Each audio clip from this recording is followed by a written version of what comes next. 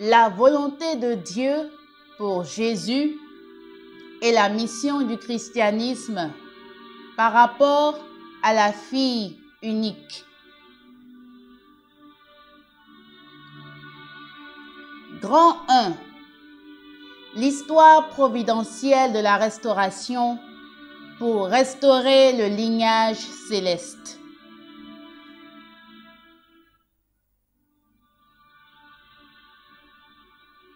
De la Bible.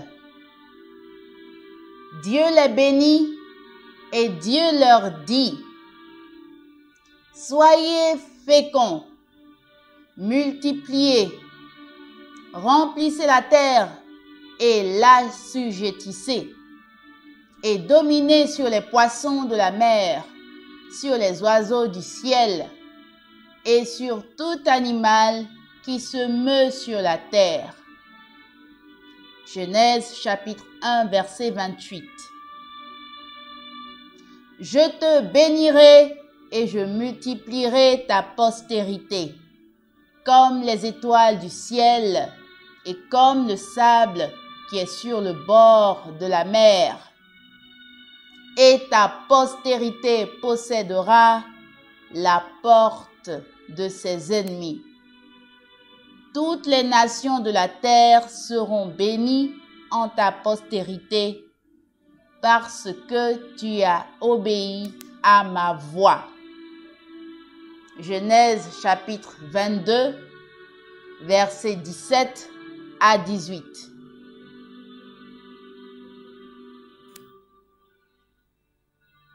Le rêve que le Parent céleste avait depuis le commencement. Notre Parent céleste a créé un homme et une femme qui pouvaient recevoir tout l'amour du Parent céleste en tant que premiers enfants, et il les a bénis pour qu'ils soient féconds, qu'ils se multiplient et qu'ils dominent avec amour sur toutes les choses de la création. Dieu les a ensuite élevés pour devenir de vrais parents, en unité avec le Parent céleste, de sorte que par la multiplication infinie de bons descendants dans la lignée du Parent céleste, un monde de joie et de bonheur éternel émergerait.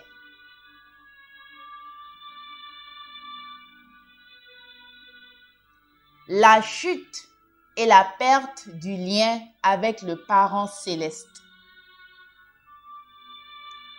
Les premiers êtres humains, Adam et Ève, ont chuté parce qu'ils ont mangé le fruit de l'arbre de la connaissance du bien et du mal, par désir d'une chose pour laquelle le temps n'était pas encore venu. Les premiers ancêtres humains ont perdu leur position de premier fils et de première fille du Parent céleste, le Fils et la fille unique, et l'humanité est devenue la descendance déchue d'une lignée satanique.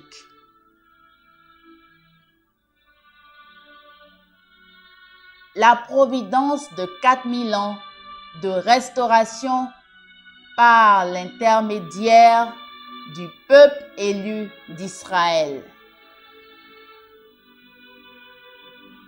Le Parent céleste a choisi le peuple d'Israël pour établir un fondement national pour la naissance du Fils et de la fille unique qui deviendraient les vrais parents de l'humanité.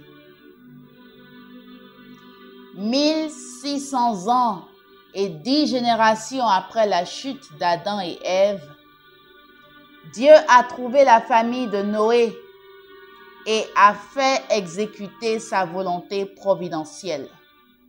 Mais en fin de compte, à cause de la faute de Ham, la volonté du ciel a été entravée. Après 10 autres générations et 400 ans, le Parent céleste a établi Abraham comme le père de la foi. Au cours des 2000 années suivantes, Dieu a créé un fondement permettant à l'humanité de recevoir le Fils et la fille unique qui deviendraient les vrais parents et le Messie au niveau familial, racial et national.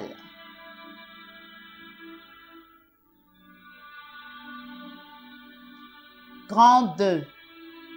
Jésus, le Fils unique et sa mission. De la Bible. Comme il parlait encore, une nuée lumineuse les couvrit. Et voici, une voix fit entendre de la nuée ces paroles. Celui-ci est mon Fils bien-aimé, en qui j'ai mis toute mon affection. Écoutez-le. Matthieu chapitre 17, verset 5. Car Dieu a tant aimé le monde qu'il a donné son Fils unique, afin que quiconque croit en lui ne périsse point, mais qu'il ait la vie éternelle. Jean chapitre 3, verset 16.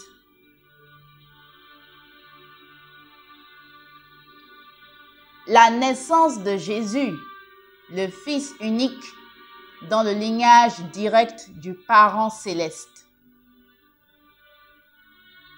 Sur la base de la providence de 4000 ans de restauration par l'indemnité,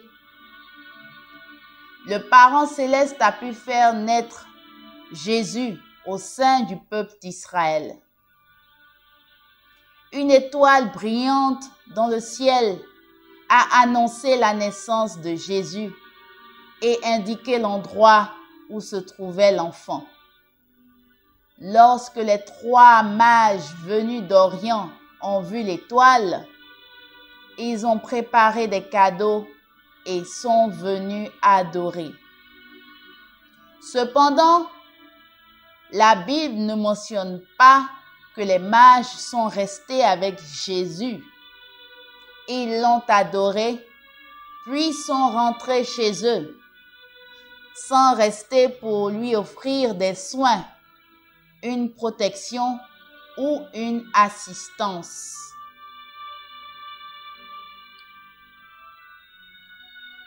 Jésus, le Fils unique, doit épouser la fille unique et ils doivent devenir les vrais parents. Le rêve du Parent céleste était de trouver le Fils et la fille perdue qui perpétuerait la lignée du bien et établirait le royaume des cieux sur terre, où l'humanité vivrait dans une joie éternelle. Jésus, le Fils unique, venu en tant que Fils de Dieu, devait épouser la fille unique après avoir atteint sa maturité. Ensemble, ils deviendraient les vrais parents.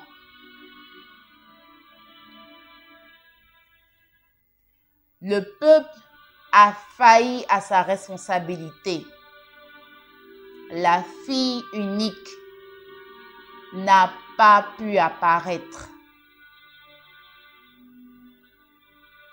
Si les familles de Marie, Joseph et Zacharie, que Dieu avait préparées, avaient compris le sens de la venue de Jésus et s'étaient unies à lui, alors la fille unique que Dieu préparait également aurait pu apparaître à ce moment-là. Cependant, comme les dirigeants et le peuple de ce pays n'ont pas pu s'acquitter de cette responsabilité, la fille unique n'a pas pu apparaître. L'espoir de Jésus, qu'ils puissent célébrer leurs noces sacrées et devenir les vrais parents, ne s'est pas réalisé.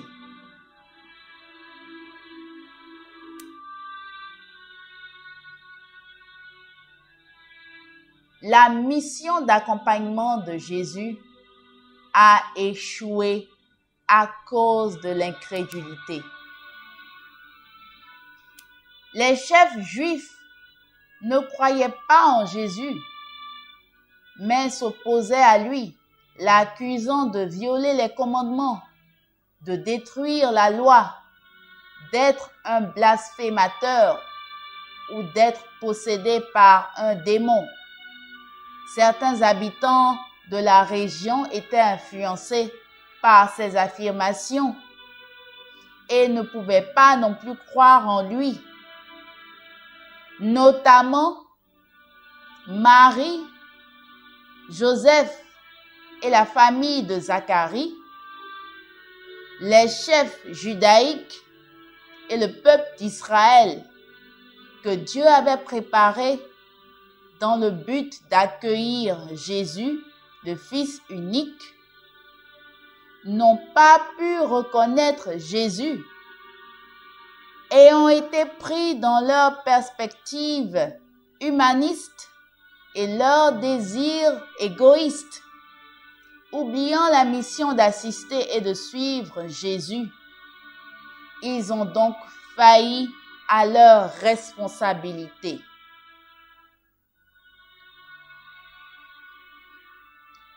Jésus n'a pas eu d'autre choix que de prendre le chemin de la croix.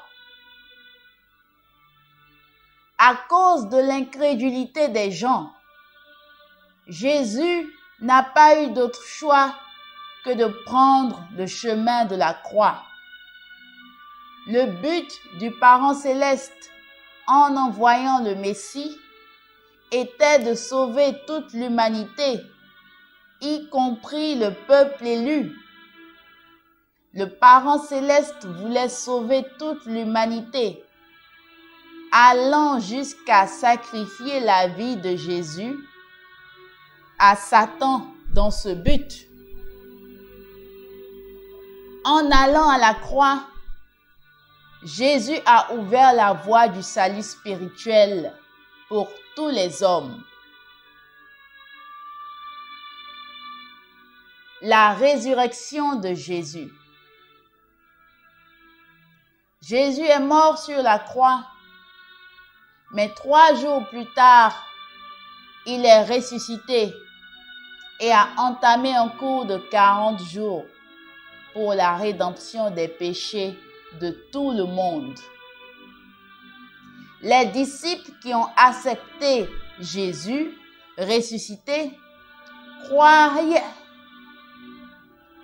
maintenant en lui, le suivent et l'assistent. Jésus a été victorieux et a posé le fondement pour se tenir en tant que vrai parent spirituel avec le Saint-Esprit et mener l'œuvre spirituelle de la renaissance. Bien que les personnes qui entouraient Jésus n'aient pas pu le reconnaître, le chemin de croix emprunté par Jésus était une voie sainte et noble pour faire renaître et racheter spirituellement chaque personne.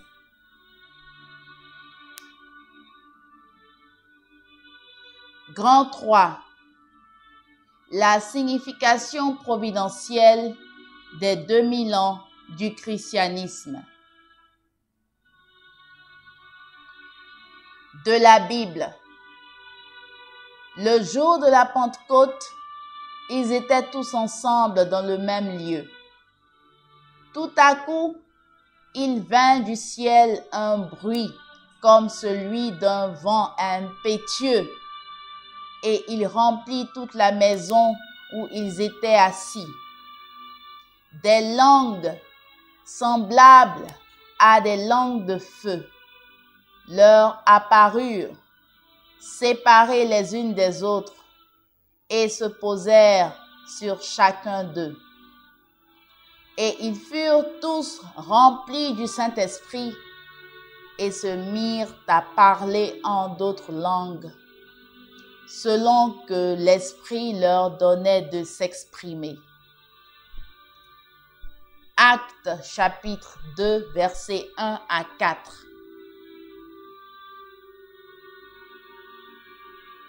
Le christianisme a commencé par les apôtres. Le 50e jour après la résurrection de Jésus, le Saint-Esprit est descendu sur une assemblée d'apôtres et de croyants. Remplis de l'Esprit Saint, ils sont allés dans le monde et ont répandu la parole de Jésus. Et ces chrétiens sont devenus le centre du plan providentiel du Parent céleste.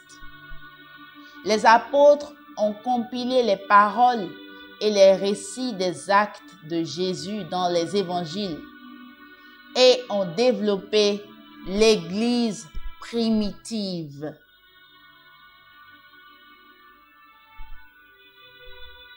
Reconnaissance et mondialisation du christianisme. Le christianisme a été reconnu par l'empereur Constantin de Rome en 313 par l'édit de Milan, qui accordait la liberté de croyance religieuse et a été adopté comme religion d'État à Rome par l'empereur Théodose en 392.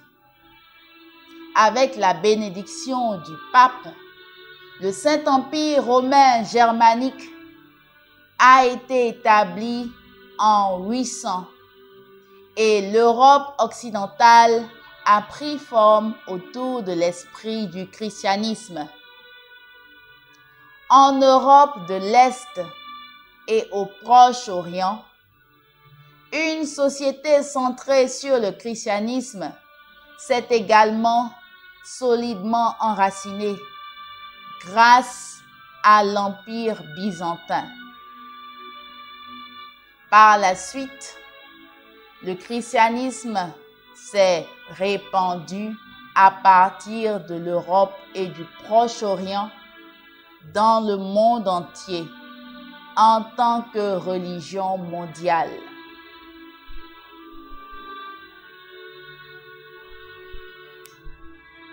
Limite du catholicisme médiéval et de la Réforme. Parce que les premiers chrétiens n'ont pas compris clairement l'essence de Jésus, ils ont commencé sans comprendre correctement leur mission et leur potentiel. En conséquence, en l'absence de l'Esprit Saint et de la vérité, le catholicisme médiéval s'est corrompu. La Réforme est donc née d'un mouvement qui soutenait que l'Église n'était pas la seule entité à détenir les clés du salut, estimant que les individus, les familles et les églises pouvaient servir Dieu directement.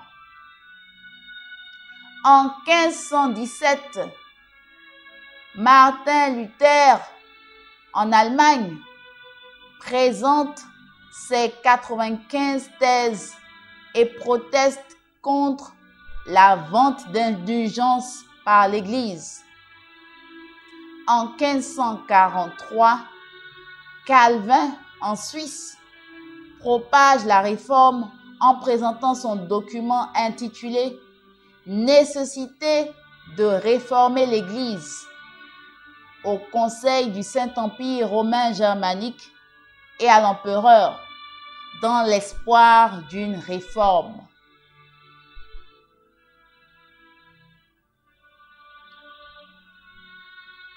Les pères pèlerins des puritains qui sont partis à la recherche de la liberté religieuse. Avec la propagation de la réforme, de plus en plus de chrétiens ont souhaité bénéficier de la liberté de religion. En Angleterre notamment, ils s'appelaient les puritains et étaient fortement influencés par Calvin. Les puritains ont été contraints de se convertir à l'Église anglicane, religion d'État de l'Angleterre. Et le 6 septembre 1620, 102 personnes sont montées à bord du Mayflower et ont navigué vers le Nouveau Monde pour jouir de la liberté de religion. Après un voyage de 65 jours, ils se sont installés sur le continent nord-américain et sont devenus les fondateurs de l'Amérique d'aujourd'hui. 2 siècles plus tard, ils sont connus sous le nom de Pères pèlerins.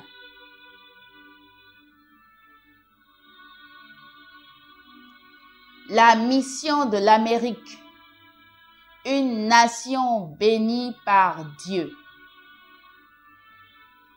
Grâce à la bénédiction du Parent céleste sur les puritains qui se sont installés en Amérique du Nord, une grande nation, les États-Unis, a vu le jour. Le Parent céleste a béni les États-Unis afin de créer un environnement mondial pour le christianisme et la démocratie en préparation de l'envoi du Messie à sa seconde venue et de la fille unique, et d'empêcher une répétition de la crucifixion survenue 2000 ans plus tôt. Les États-Unis, dans la même position que l'Empire romain à l'époque de Jésus, ont pour mission de créer un environnement dans lequel le Messie de retour et la fille unique pourront émerger en tant que vrais parents et être accueillis dans les nations du monde.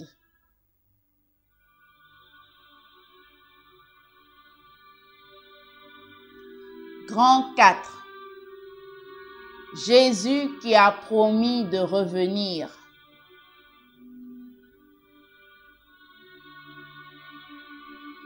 De la Bible. Et lorsque je m'en serai allé et que je vous aurai préparé une place, je reviendrai et je vous prendrai avec moi, afin que là où je suis, vous y soyez aussi. Jean chapitre 14, verset 3. Réjouissons-nous et soyons dans l'allégresse et donnons-lui gloire, car les noces de l'agneau sont venues et son épouse s'est préparée. Heureux ceux qui sont appelés au festin de noces de l'agneau. Apocalypse chapitre 19, versets 7 à 9. Le retour de Jésus est le festin des noces de l'agneau. Jésus a dit qu'il reviendrait. il a promis que le second avènement aurait lieu. La Bible prophétise que Jésus reviendra effectivement et organisera le festin des noces de l'agneau. Les noces de l'agneau signifient que Jésus, qui est né en tant que fils unique, revient puis rencontre et est béni dans un mariage saint avec la fille unique que le Parent céleste a également envoyée. Le festin des noces de l'agneau était la volonté originelle du Parent céleste, le rêve de Dieu lorsque Jésus a été envoyé sur terre. Et c'est également le plus grand espoir à l'époque de la seconde venue de Jésus.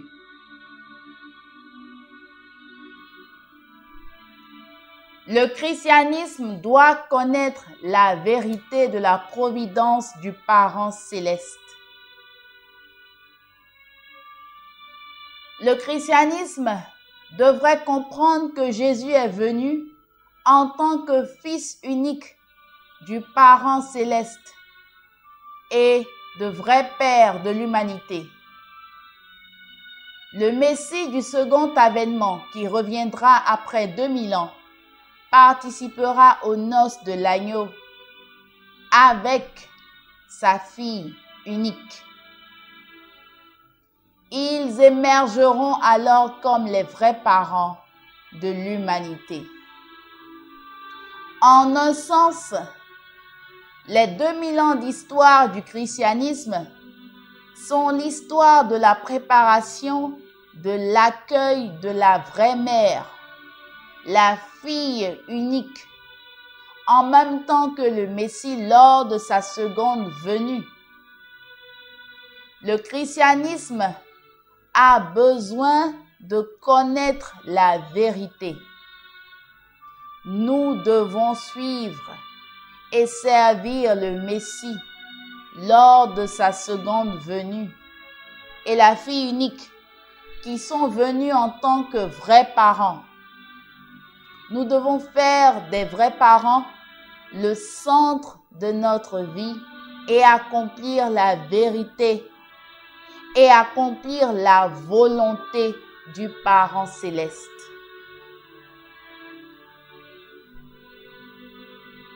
Le Messie au second avènement et la fille unique apparaissent au peuple coréen. Au cours des 2000 ans d'histoire du monde et de l'histoire chrétienne, le ciel a cherché et établi un nouveau peuple élu à la place du peuple d'Israël. Ce peuple est le peuple coréen. Le ciel a élevé le peuple coréen comme un peuple qui révère Dieu et aime les autres, qui valorise la loyauté, la piété filiale et le cœur dévoué. Dieu les a préparés à accepter le christianisme et à la naissance du Messie de retour et de la fille unique. Le Messie de la seconde venue est le révérend docteur Sun Myung-moon et la fille unique est le docteur Hak Ja-han. Par leur mariage sacré en 1960, ils sont devenus les vrais parents.